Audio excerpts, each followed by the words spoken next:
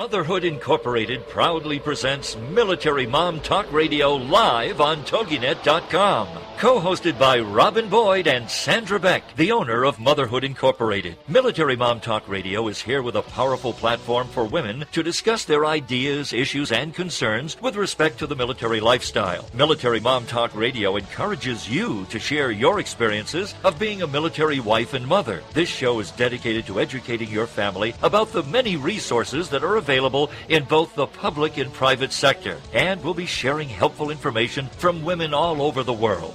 We'll cover everything military, from helping a family member cope with post-traumatic stress disorder, to navigating government programs dealing with family issues, to the struggles of deployment, along with being a working mother both in and out of the home. This is Military Mom Talk Radio, and here are your hosts, Sandra Beck and Robin Boyd.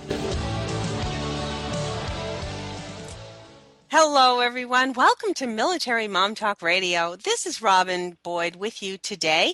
Sandra's got the day off. It's a family day for her, and I'm really excited that she's spending some time with the kids. And I wish you well, Sandra. I hope you're having a great day. There is a lot going on today across the country, and I think that it's really exciting.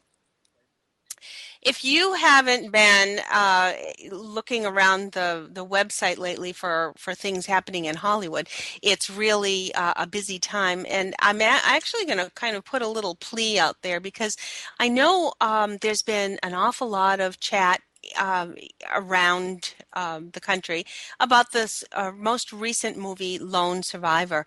If you have not had information about it, it is the story of Operation Red Wings, a 2005 reconnaissance mission, which found 4 Navy SEALs ambushed by anti-coalition militia on an Afghan mountain. I've got a little feedback here. I think I'm getting both the producer and whatnot. But anyway, I hope you can hear me. It's a very heartfelt and exciting movie. Some people were saying it was a little tense and a little difficult to watch, especially for people who had loved ones in this operation. We'd love to hear some of your feedback. I know some of our friends over in the Parents of Deployed Service Members group has had some reaction to it. We would love to get some feedback from all of you, whether this was a good thing for you to process this movie and sort of see different sides of the incident, if it was something that you found very difficult to watch. I'm sure there's always the graphic, but beyond that, we know that there's an awful lot of interest in documenting history. And if nothing else, we're hoping that these documentaries that are coming out are, in fact, documenting events in history. There's a lot of movies coming up in 2014. And if you have not had an opportunity to take a look at what's coming up, there's quite a few movies just released. And I know that my husband and I are really anxious to go out to see Monuments Men. It's a big budget, all-star extravaganza. It is the story of some museum curators who were forced into the role of a soldier as part of a little-known program called the American Military Fine Arts and Archives Program. And if you haven't had the chance to catch a little bit of this background, and if you have an opportunity to see it, there's been an awful lot of great responses about this. Later on in the year, though, we want to encourage you to check out 300 Rise of an Empire. This is something that there's some controversy already on it, so we're hoping that you give us your 2 cents worth. Later, I think it's already been released, as Generation War. Later in the year, we have a movie called Fury, which is the story that Brad Pitt plays an Army sergeant named War Daddy. His Sherman tank and his 5-man crew battled enemy lines in Nazi Germany. And one of the biggest talks right now is a film called Unbroken, which is directed and produced by Angelina Jolie. And it is already, the anticipation level is pretty high on it. It's said to be one of the best stories of World War II ever. So if we'll have to get your opinions on that too. There's all kinds of things. And again, we're really hoping that if nothing else, we're documenting history. We're not putting out a lot of things that are just Hollywood. We hope that they're actually getting some good documentaries in. Before I say hello to our guest today, I wanted to also kind of give you a little rundown of what I've been finding on our Facebook, because if you haven't joined us on Facebook, I hope you do. Military One Source wanted to say Happy President's Day. And if you have not gone to this website, it is http go.usa.gov, and it's a / B as in Bravo, V as in Victor, N A, and it's all about presidents. Who is your favorite president? Check out the site from the White House to learn more about who those presidents are, and maybe a little something that you didn't know about the presidents. There's something else too that I did want to mention. Veteran-owned business directory. They have a Facebook page as well, and I recommend you go there. One of the things that they are talking about is their veteran-owned food trucks. If that's something that you ever thought of doing, there's a whole network of food truck businesses, and they are all veteran-owned. If you want more information about that, go to veteranownedbusiness.com and look for the red sign up button. There's a lot of information there, and if you're not going to drive the truck, at least you can go and have lunch with them and support your veterans. Another tidbit that I did want to share, the Blue Star Mothers Facebook page is telling us of a story, a very serious story, of a wounded veteran. Sue Downs, Corporal Sue Downs, is a double amputee. She lost her home on Valentine's Day, so just shortly ago, and there is an initiative to help rebuild and give her freedom and independence of a 100% accessible home. If you would like more information about this program, it is You Caring, as in YOU, Caring, CARING.com. And again, there was some information on that from the Blue Star Mothers Facebook page. So there's a few little things that we have going on our on our side of town, and I hope that you definitely give us a little information from your end of town. We hope that you'll give us some information from your neck of the woods. Definitely give us some feedback on the movies, though, because we're excited to see a lot of this information out there. Today, I'm so anxious to introduce you to our guest. Today we have Dawn Zebuhr. She is an Army veteran. She's a helicopter pilot. She flew UH-1 Hueys and UH-60 Blackhawks. Later, she earned her master's degree in human resource management from Troy State University. So all of you out there from Troy can start waving your flags.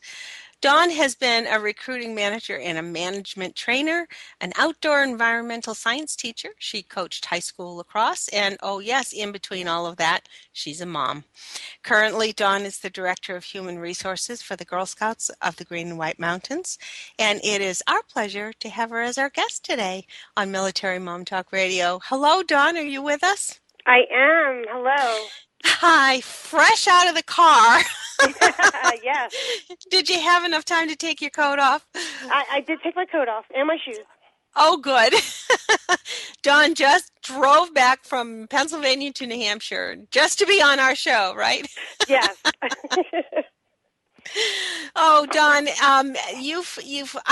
I've known you for a bit now personally, but to sort of have a glimpse of your background now has just given me a whole.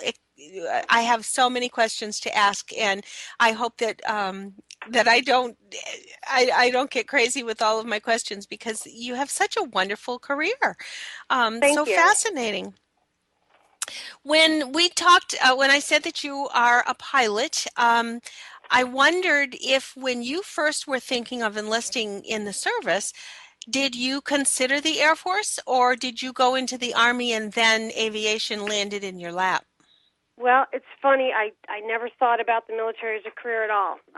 Never crossed my mind. I was in the college prep-bound classes in high school, and I took the words of my guidance counselor who said, get in the best school you can and then worry about paying for it. And so I got into a great school.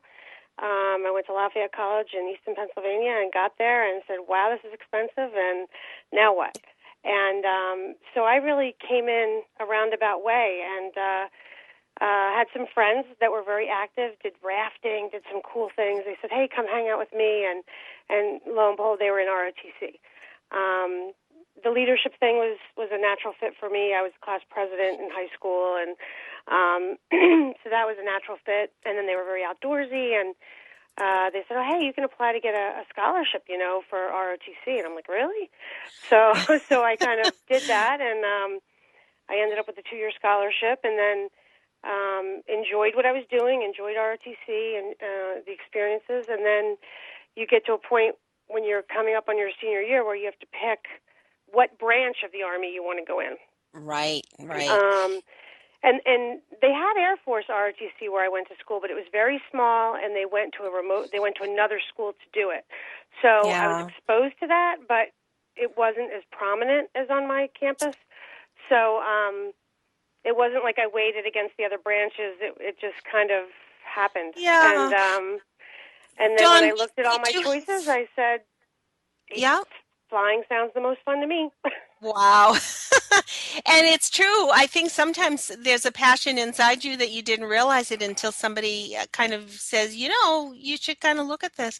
Dawn, we have our first commercial already. I know that it came up quick on you, but on the other side of the break, I do want to talk a little bit more about ROTC before we get on to talking about once you did enlist, because I think as we had talked on the phone a little bit earlier today, sometimes there are choices that one does or maybe doesn't know about, and whether ROTC is a good choice for some to make, and as you say, maybe there's other choices for people to make. Today we have Dawn Zebuhr with us. She is a helicopter pilot. She flew H-1 Hueys and UH-1 Hueys and UH-60 Blackhawks. We'll be back with Dawn Zebuhr right after the break.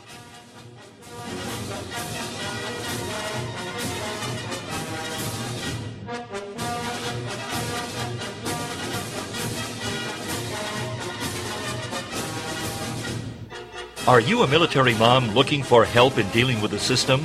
Keeping the home fires burning? Well, that's what we're here for. It's Military Mom Talk Radio with Sandra Beck and Robin Boyd, and we'll be right back after these.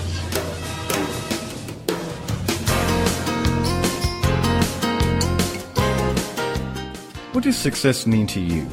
Money? Power? Fame? Having everything money can buy? Does it mean having a job or career that you love? A great family life? Or simply to be happy? If you're still searching for answers, then join us each Wednesday at 8 p.m. Eastern for Primetime Success Radio, where Alan Skidmore and his special guests will discuss health, finances, relationships, being in business, and how you can have a life that is not only successful, but a life of meaning. Alan has been studying success principles for over 25 years through reading, attending seminars, interviewing successful people, and a daily lesson from the School of Hard Knocks. And now he wants to share that information with you. So join Alan Skidmore on Primetime Success Radio every Wednesday at 8 p.m. Eastern, right here on the Rockstar Radio Network, as he takes you on a journey of finding the heart of your success.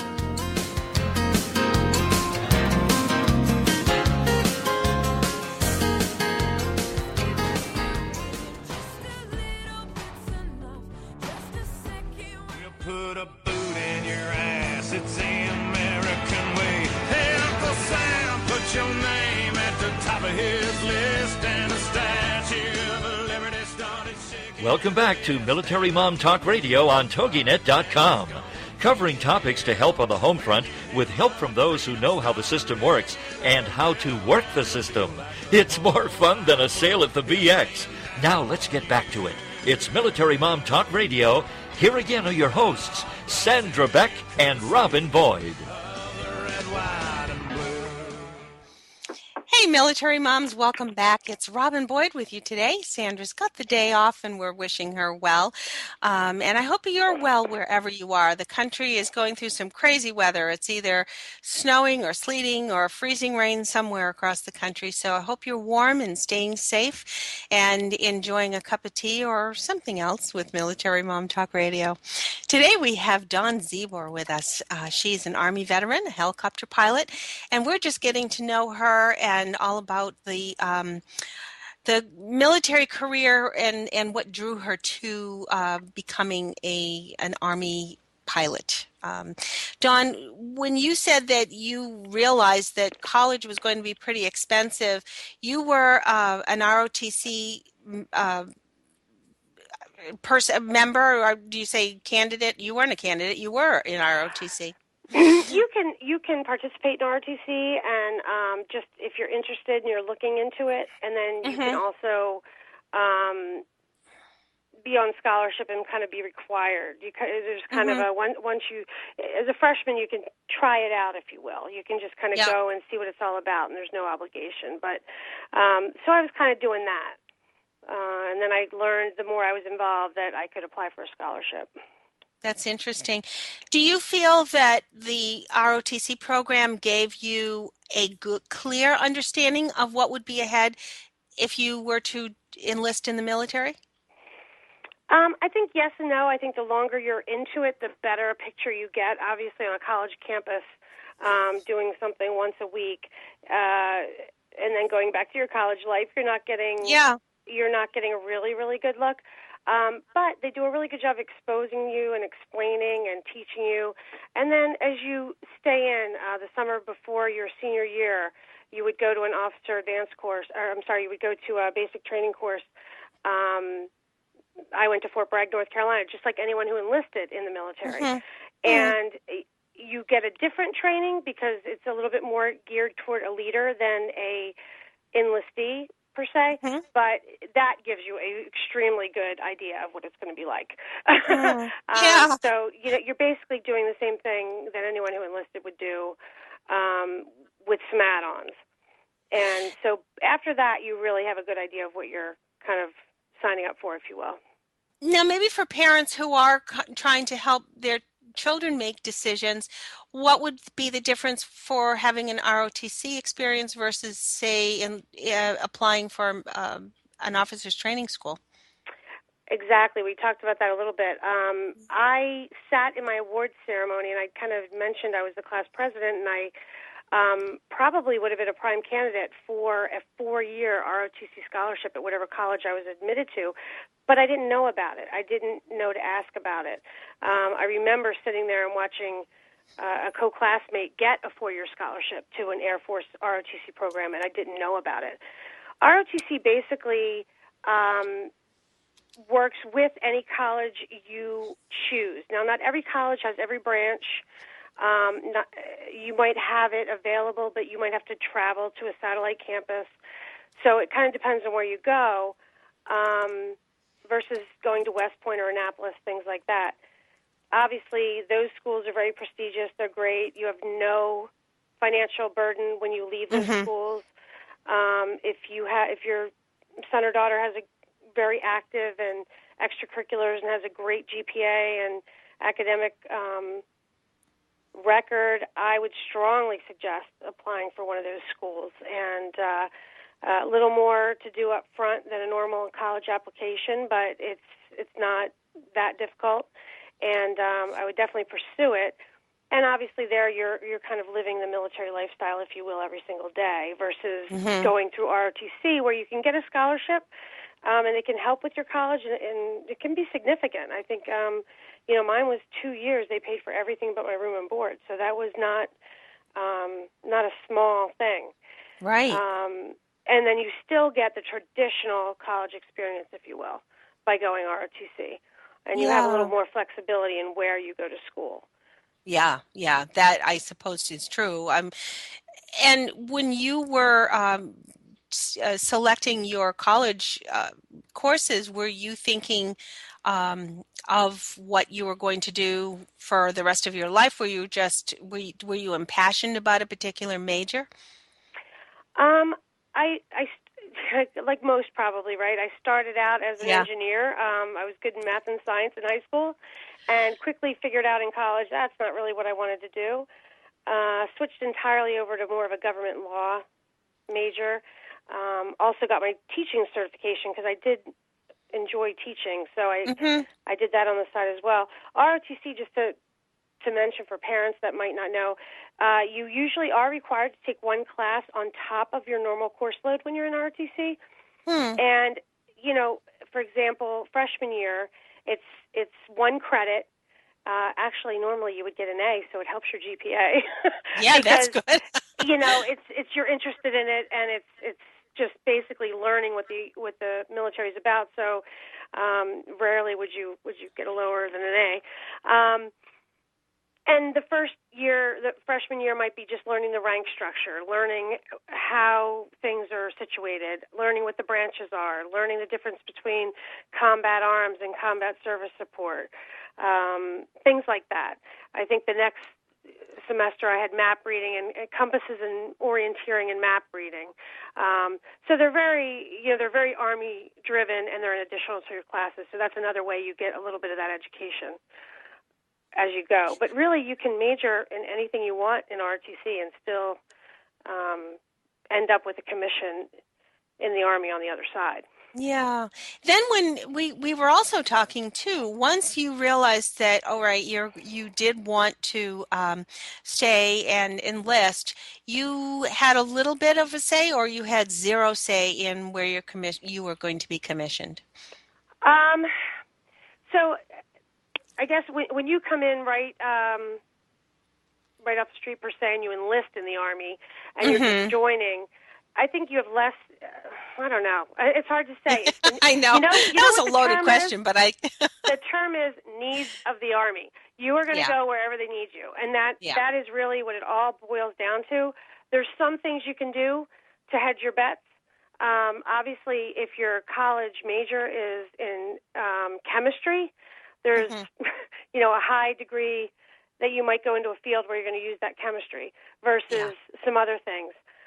But the bottom line is where they need you, they're going to send you. I knew I wanted aviation, so I hedged my bets by joining a reserve unit. Mm-hmm. They had a program at that time, and I don't know if it still exists, called Simultaneous Membership Program. So I would go and drill with a reserve unit once a month, and they paid you for that as a sergeant, as an E5. And it was basically an apprenticeship, if you will. It was a learning environment for me where I could go and, again, get that exposure, see a real unit, see what they do. I got to ride in a helicopter for the first time and see if that was really something I would want to do, and things like that. And then I got a letter from that commander saying, I will take this candidate after graduation, and I have a slot for her in my unit. So aviation is very hard to get into, as is military intelligence in the Army. And I thought that would help a little bit. And it did, and I did get aviation, but I didn't get to go to that reserve unit. I got extra duty. So it kind of worked in my favor. But again, needs of the Army weren't the same as my needs or wants.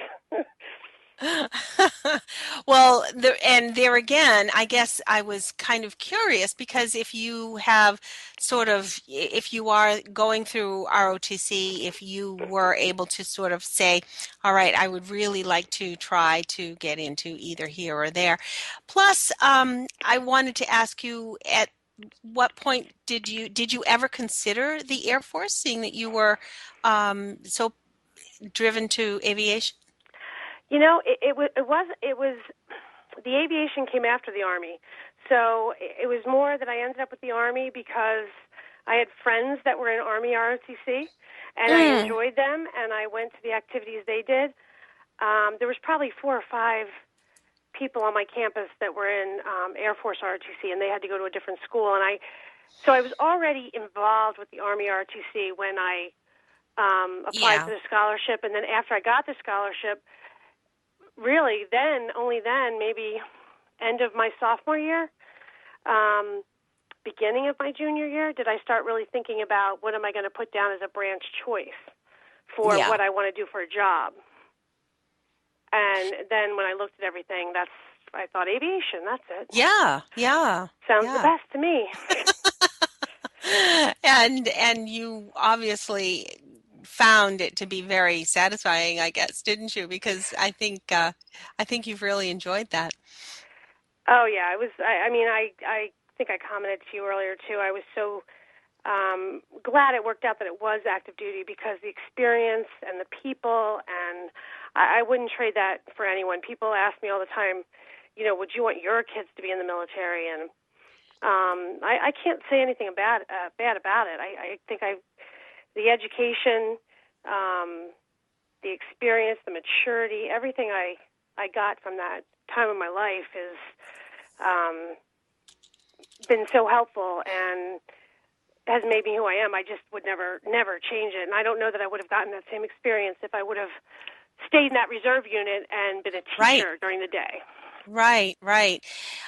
So many times I've commented too, it is very difficult to sort of split yourself if you are acting as a soldier or a Marine during the day and then have to sort of go back and put a different hat on off time. That's really tough to sort of split yourself. And I think even in the communications that we have where the people who are deployed get to email. We never had that years and years ago. No, I never had that even. I'm not that old, but I never had that either. No. Yep. So it's that's such a challenge. I think when you are on a mission, you've really got to focus on your mission, and then kind of come back to military or civilian happenings and what's happening in the world elsewhere. We've got another break coming up, Dawn. We're talking to Dawn Zebuhr today. She is a helicopter pilot, an Army veteran, and we're thrilled that she's with us today. If you want more information about her, read her biography that we have on our website and on the TogiNet website. If you've missed any part of our show, do catch us at militarymomtalkradio.com. You can also find us right here on our TogiNet station at toginet.com, TOGINET. You can find all of our shows, our 200 plus, however many shows we've had. We have a lot in the bank at iTunes, so you're always welcome to download free podcasts of all of our shows. Again, we're with Dawn Zebuhr, so stay tuned. We'll be back after this.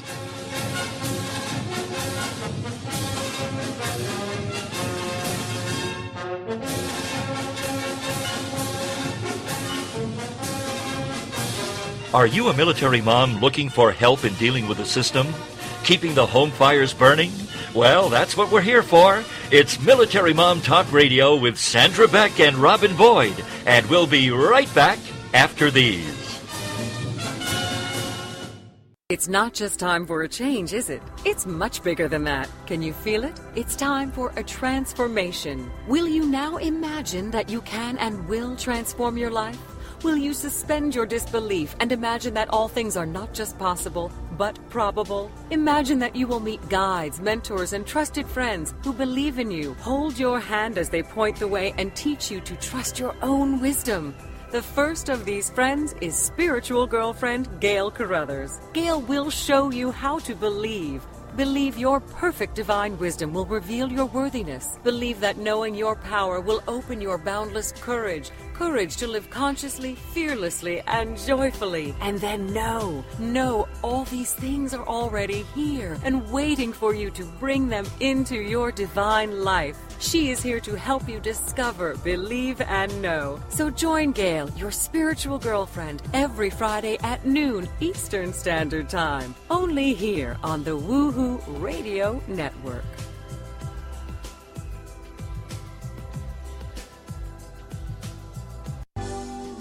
This is Uncommon Sense for Leaders, a forum for exploring leadership from the intellect, the heart, and the spirit. Whether you're a leader now or aspire to be a leader in the future, you owe it to yourself to learn about the big ideas that have shaped the careers of compelling communicators, masters of influence, and highly effective leaders. Uncommon Sense for Leaders. Tune in to hear thought-provoking ideas on every aspect of leadership. You can expect dynamic discussions with special guests, quick tips you can apply immediately for better results, and the tools you need to take you from where you are to where you want to be as a leader. Are you ready to crack the code for achieving unprecedented results? Then join the host for Uncommon Sense for Leaders, Catherine Carlisi, every Wednesday at 3 p.m. Eastern Standard Time, right here on the All Business Radio Network. 'Cause there ain't no doubt I love this land. God bless the USA.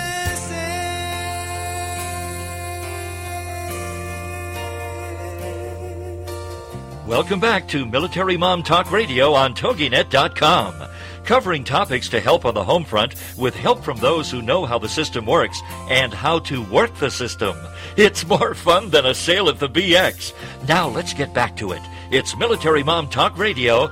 Here again are your hosts, Sandra Beck and Robin Boyd.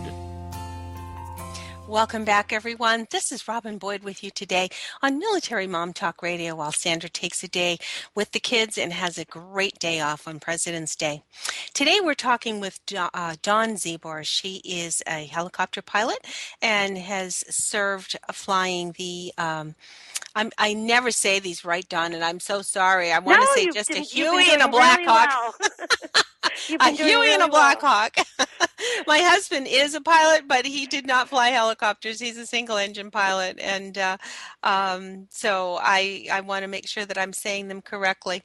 One of the things we were talking a lot about how you found yourself in the military. Now, once you were enlisted, I've got to ask the question, did you feel any difference or did you feel any challenges being a woman, especially in a probably more male-dominated field? Yep, definitely male-dominant. Aviation is combat arms, like infantry, like armor. So there's not a lot of women in the field. And I'll say yes and no. Flying a utility helicopter, there's more women in that field. Oh. Women did not start flying the Apache or the Cobra until a few years later. So those units were not used to the women as much as some of the lift units that flew the Hueys and the Blackhawks. One of my very good friends when I served in Korea flew an Apache, and it was so few that she was known as number 4. She was literally the 4th woman to fly an Apache. So, and that was, I'm dating myself a little bit, but that was still in the 90s. It wasn't that long ago. Yeah. So the lift side was a little more used to it, but yeah, there was definitely, obviously, I won't say it was in my face every day, but it was something you dealt with, and I think it was more you had to prove yourself a little more. Yeah. I think they looked at you a little closer when you first got there. I tell the story when I first got to my unit at Fort Carson, Colorado, and you kind of show up with your permit. You've been to school, flight school, and you know how to fly.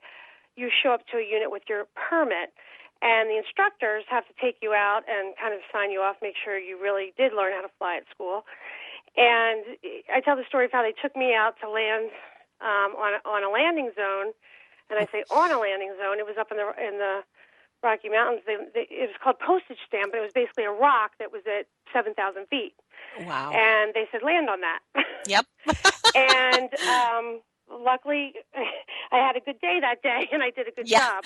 And when we got back to the airfield and the crew chief, I heard him telling somebody else, oh, she can fly. And so I don't know that they do that to every new pilot, but I think, they definitely test you a little more. Yeah, But once you pass the test, once you prove you have the skills and the knowledge, you can do the job, then you're just green. You're just one of everybody else. And I really didn't feel a lot of that kind of a tension that way, being a woman per se. When I went to Somalia, I bunked in a tent with 3 guys. Yep.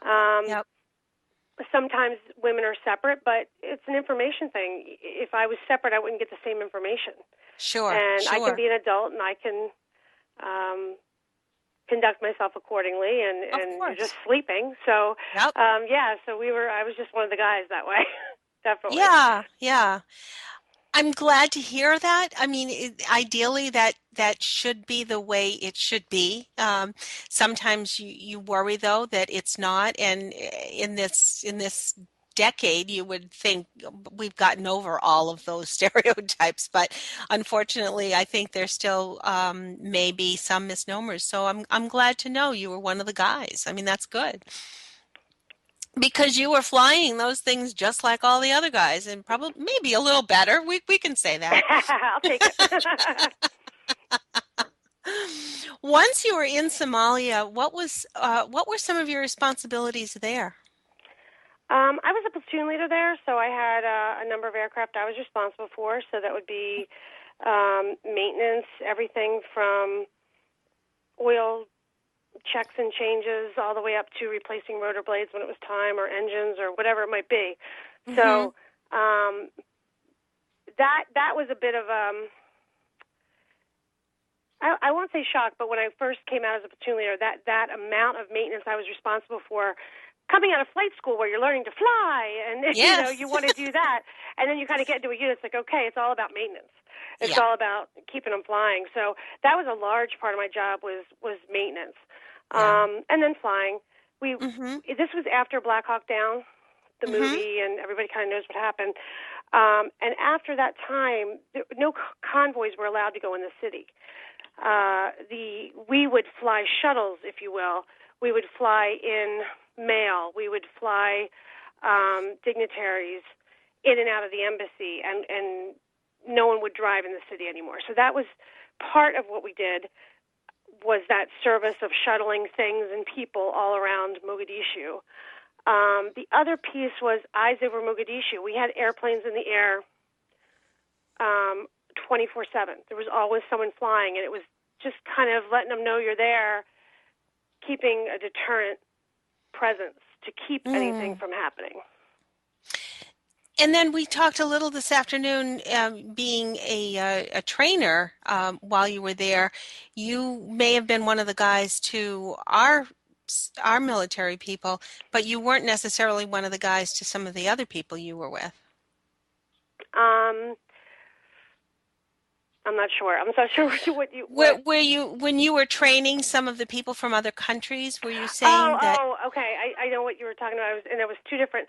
Well, and I mentioned we were talking about being a woman in aviation and things like that, and I had mentioned to Robin. I mentioned to you that when I was at Fort Rucker, which is the home of Army Aviation, I was in a training brigade there, and I see. At the time, they trained, and I tied the two stories together, so I see why you went to the one first.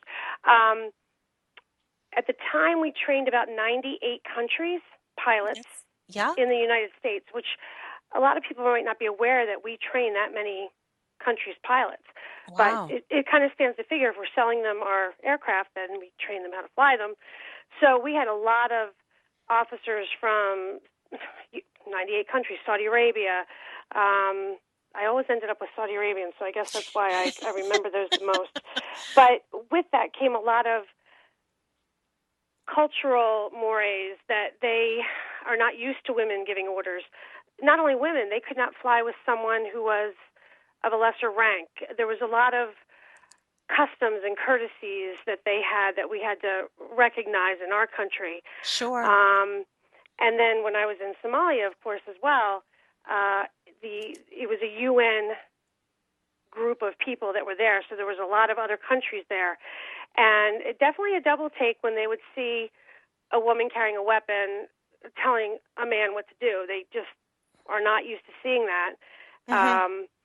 So I would definitely notice that. And I think I told you the story. I had long blonde hair, and I would braid it and tuck it up under when I had a hat on walking around. But when I would fly, I would tuck that braid down under my Nomax flight suit and pull my collar up to protect me if there was a flash fire so my hair wouldn't catch on fire. But when I knew I was flying somebody who might be a little uncomfortable with a a woman pilot, I made sure to pull that out and let them know who was flying. I'm like, that was my little way to let them know who was up front, because otherwise we're all green.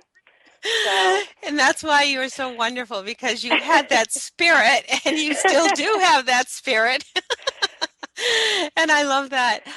We've got about 3 minutes before the break, and on the I know that that's not enough time to encapsulate what you may have done in South Korea, but was this, how long were you in South Korea? Korea is usually a one-year assignment, and I was in an Apache battalion, so one of very few women there. We were co-located with a South Korean Air Force base. And things are very serious in South Korea. I don't know that again, people realize the op-tempo and how ready for anything the soldiers are that are there, and they are, and you feel it. You know, your chemical mask is real. It's not a training mask, and you know you might have to wear it.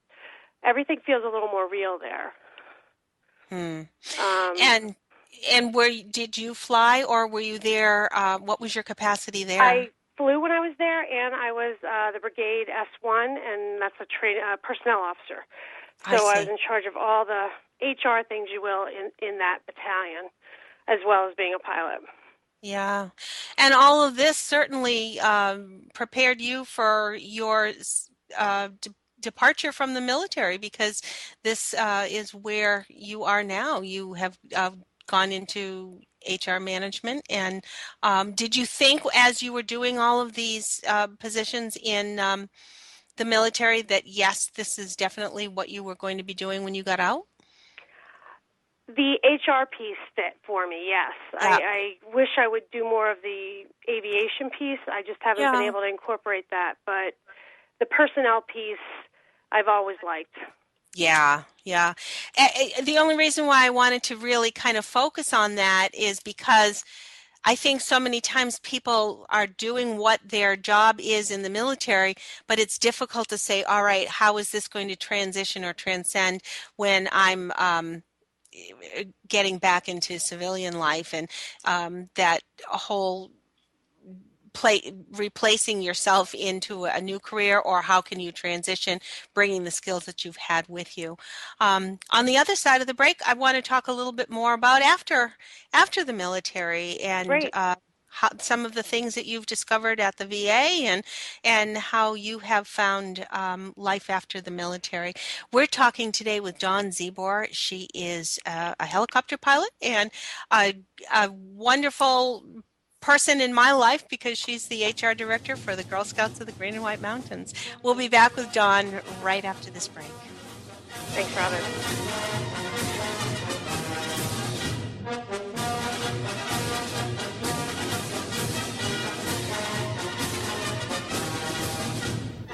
Are you a military mom looking for help in dealing with the system? Keeping the home fires burning? Well, that's what we're here for. It's Military Mom Talk Radio with Sandra Beck and Robin Boyd, and we'll be right back after these.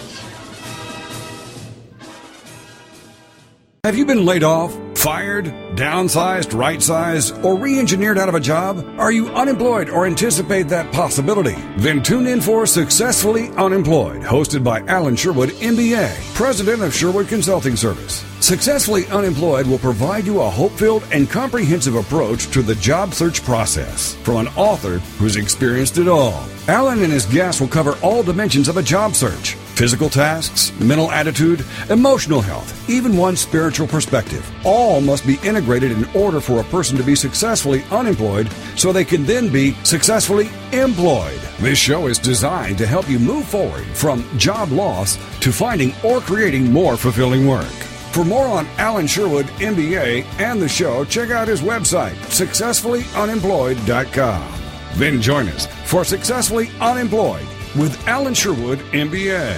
Thursday nights at 8, 7 Central here on TogiNet.com. Martha Sanchez, the host of the Mommy to Mogul radio show, empowering women to build a successful business, invites you to join her on Tuesdays at 7 p.m. Eastern Standard Time on the Rockstar Radio Network. At the ripe age of 5, she was already interpreting information in documents and instructions on forms for her immigrant parents. Now, through her experience and those of her guests, she provides you with valuable steps to empower you to reach financial independence. Martha A. Sanchez is a registered nurse with a Bachelor in Nursing and Masters of Business Administration. She's a business coach, speaker, author, and CEO of Moss International, LLC. Her diverse work experience brings you expertise in areas essential to customer service, social media, and budgeting. The Mommy to Mogul radio show furthers her personal mission of empowering women to help them build successful businesses so they can reach financial independence. Join Martha Sanchez, the host of the Mommy to Mogul radio show, Tuesday at 7 p.m. Eastern Standard Time on the Rockstar Radio Network. Put a boot in your ass, it's the American way. Hey, Uncle Sam, put your name at the top of his list, and a statue of liberty started shaking. Welcome back to Military Mom Talk Radio on TogiNet.com. Covering topics to help on the home front with help from those who know how the system works and how to work the system. It's more fun than a sale at the BX. Now let's get back to it. It's Military Mom Talk Radio. Here again are your hosts, Sandra Beck and Robin Boyd. Red, white, and blue. Welcome back, everyone. We're so glad you're with us today. This is Robin Boyd with you while Sandra Beck takes a day off. She'll be back with us next week. Today we're talking with Dawn Zebuhr. She is a helicopter pilot, an Army veteran. And if you've missed any of this show, I encourage you to get the podcast because it's been a real treat to get to know more about Dawn. You'll always find our podcasts at Military Mom Talk Radio, right here on our host station, TogiNet.com. And you can always find free downloads at iTunes. Dawn, when we left before the break, I wanted to merge into life after the military. You were very fortunate because some of the jobs that you had in the military transcended very well when you were reintegrating back into civilian life. Was that because you had? Do you feel it was because you had your college degree sort of under your belt before you left? Or do you think it was something else? I think a combination. I was thinking about one of your earlier questions, and the reason I ended up in a lot of these personnel jobs, when you would look at units across the board, they tended to put women in them. And I thought about that on the break. I was kind of thinking about it, and I don't think I mentioned that. For whatever reason, I don't know if it was... I'm not going to speculate on why, but women usually ended up in that role as the S1, as the personnel officer. And I had done that at the battalion level, the brigade level, and then at the post level, and it just seemed to keep increasing in that area. So my master's degree, I went ahead and got in HR, thinking that would parlay well with the education and the experience into something I could get a job on the when I got out. Mm-hmm.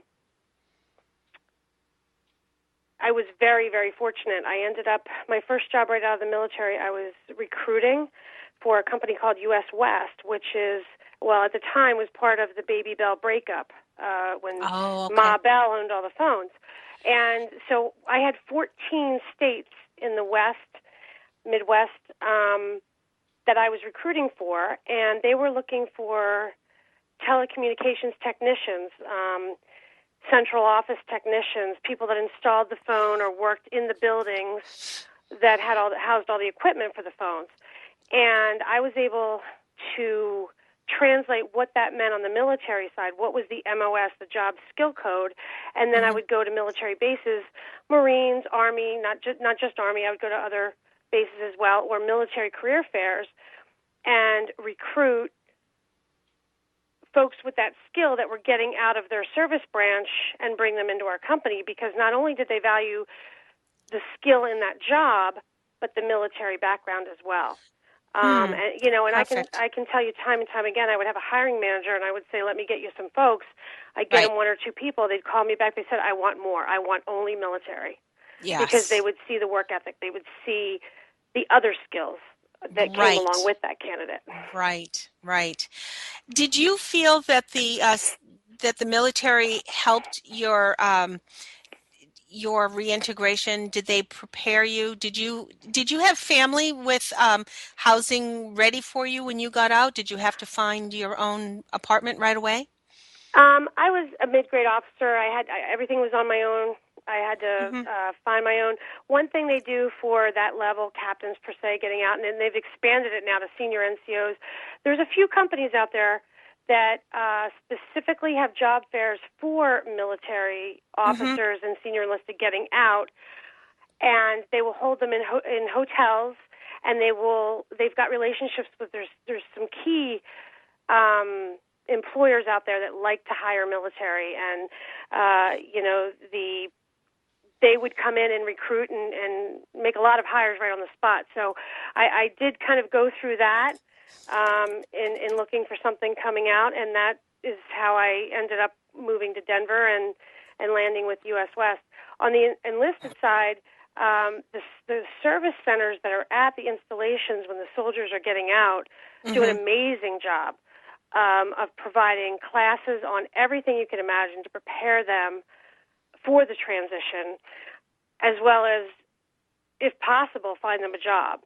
So there's a lot of resources there, and that made my job as a recruiter so easy. I would just tap right into those and say, can I come? And, on occasion I did mock interview classes to help them out, and then I would do my presentation. So they are really good about that, as much as they're able to. Yeah, yeah. And I think this has changed. I know when my husband was in the service, it was just sort of, okay, here's a couple of bucks for a taxi fare, bye.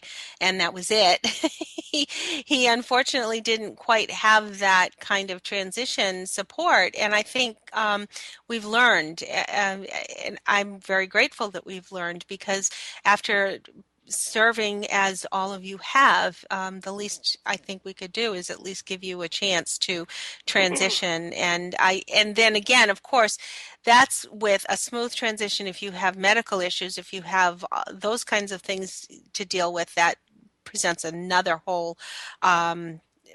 And I'm a case in that as well. They're not going to let you leave with a medical issue that's not resolved. They That's won't. Great. That I'm very grateful to hear. Yeah.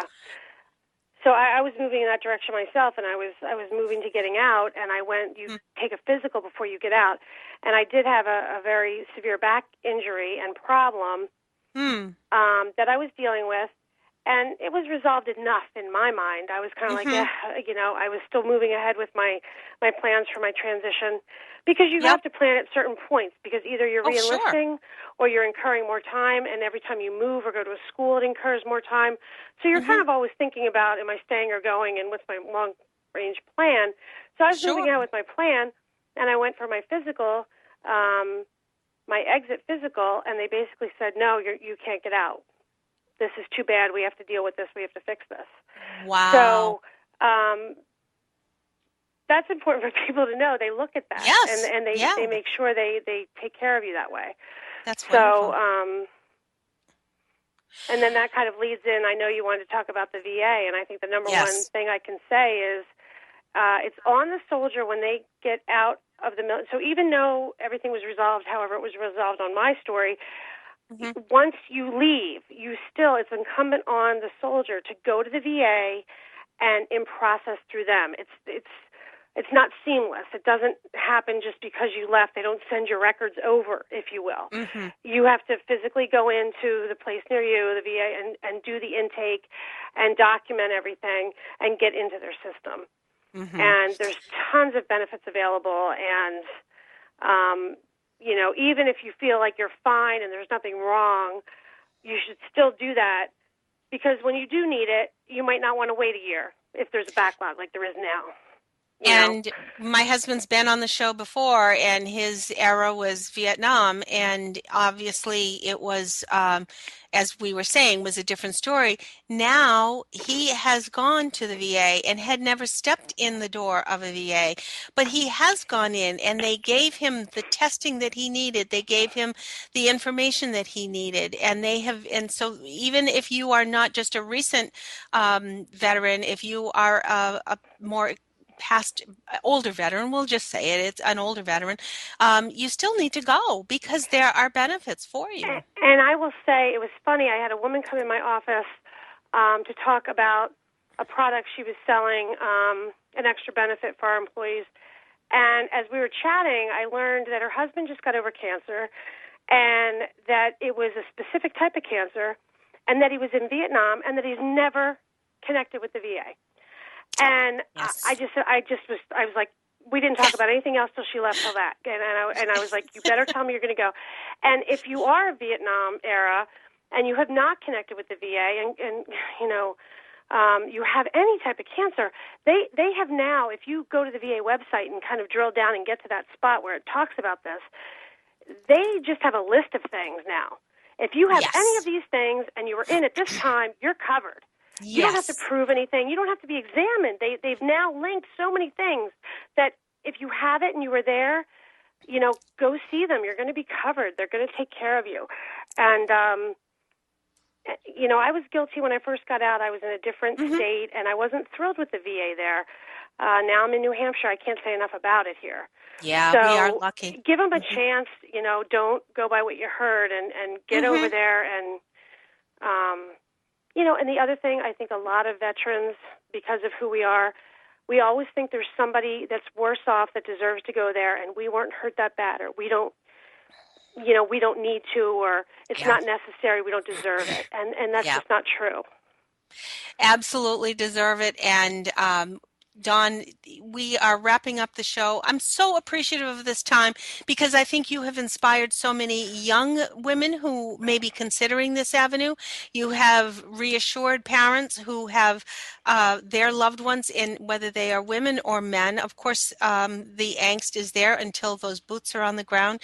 And I think you've given us a little room for breath because you have just conquered this whole tenure and have just turned it right around to be such a success. And you have some, and I loved your biography. You shot all of these details back me, had my kids, and then you went back to talking more about the career. So in between all of this, oh yeah, sure. Yeah, I had a few kids. And so say hi to your kids right now before we say goodbye. I will. They're listening somewhere on the iPad in the house. I love it. Dawn Zebuhr, thank you so much for being with us. Army veteran and helicopter pilot, and I am so grateful for your time, so thankful for your service, and we hope very grateful parents are out there thinking of an avenue for their girls too. Thanks, Dawn. Thanks, Robin. Bye-bye. Next week, you're going to want to tune in. We have Debbie Gregory and talk about veterans opportunities. She is the director for the Veterans Military Business and Owners Association, as well as the founder of Military Connection. Debbie always has such interesting updates for us. We never know what's new on the horizon, but Debbie sure keeps us in tune. Debbie Gregory will be right here on Military Mom Talk Radio next week. Have a great week, everyone. Stay warm and safe wherever you are in the country, and we're so glad you joined us. Take care. Bye-bye.